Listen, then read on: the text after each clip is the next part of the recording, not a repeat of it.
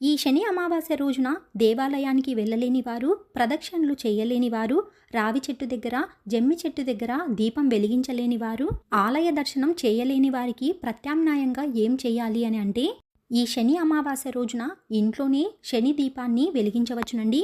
ఇవాళ సాయంత్ర సమయంలో అంటే 5 గంటల నుండి 9 గంటల మధ్య సమయంలో ఈ దీపాన్ని వెలిగించవచ్చునండి.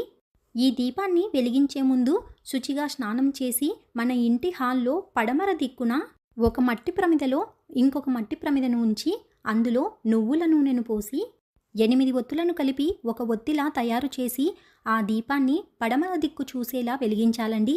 శనీశ్వరునికి ఇష్టమైన దిక్కు పడమర దిక్కు. ఇష్టమైన సంఖ్య 8. అందుకే ఈ 8 ఒత్తుల దీపాన్ని పడమర దిక్కు చూసేలా వెలిగించాలండి. ఇలా చేయటం వలన సమస్త జాతక దోషాలు తొలగి అదృష్టం కలుగుతుందండి.